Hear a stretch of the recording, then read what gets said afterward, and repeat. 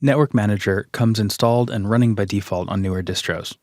You can check if the Network Manager service is running on your system with sudo systemctl status network manager.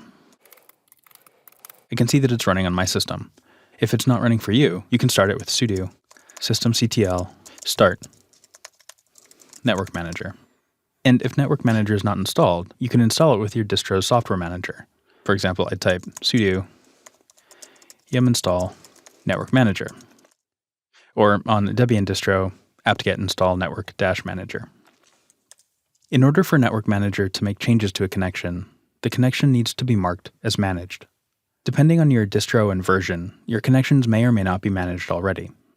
On most current distros, Network Manager automatically manages any connection that isn't specifically set otherwise.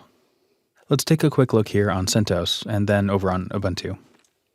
If you have two virtual machines running, you can follow along with both. Or if you have one machine, follow along where you can and sit back and watch the rest. I'll clear the screen.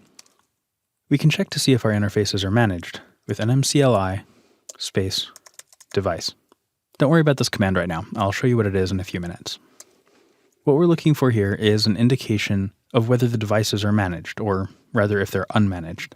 Here on CentOS, I can see that only one of mine is marked as unmanaged, but that's the loopback and we're not concerned with that. The rest are managed. They come that way by default. But let's take a look at where that's controlled. On CentOS and Red Hat, the place where we control this is inside the interface configuration file for each interface. We'll get into manual configuration in more detail later, but for now let's navigate to the configuration files with cd/etc sysconfig network scripts. And let's check out what's here. These files are configuration settings for each interface, which by default get loaded up and set up by Network Manager at boot. My interface is enp0s3. So I'll edit the corresponding configuration file with sudo vi ifcfg-enp0s3. I mentioned that this interface is managed by Network Manager, but I don't see anything about that here. On CentOS, Fedora, and Red Hat, Network Manager defaults to controlling interfaces it finds here unless it's told not to. So to tell it not to manage this interface, I'd write nm_controlled equals no. I'll save this with escape wq and then restart the network service so this change takes effect. I'll write sudo systemctl restart network.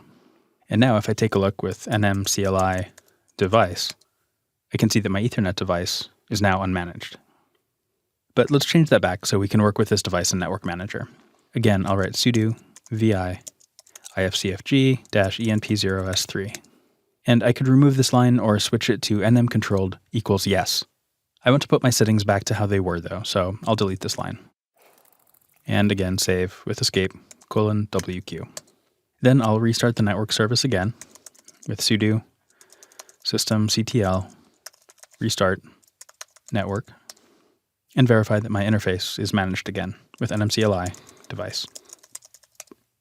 Great, I'm back to where I was. Over here on Ubuntu, let's check out the management situation with nmcli device. And it shows that my Ethernet interface is managed here too. If it were set to unmanaged, I could edit the Network Manager configuration file with sudo nano etc network manager networkmanager.conf and change the managed directive to true. I'll save with Ctrl-O, enter Ctrl-X, and I'll restart the Network Manager with sudo systemctl restart network manager. Great, my interface is managed. Now we should be in a good position to use Network Manager to configure our connection. For the rest of this chapter, I'll stay over here on CentOS, but you should be able to follow along with whatever you're using.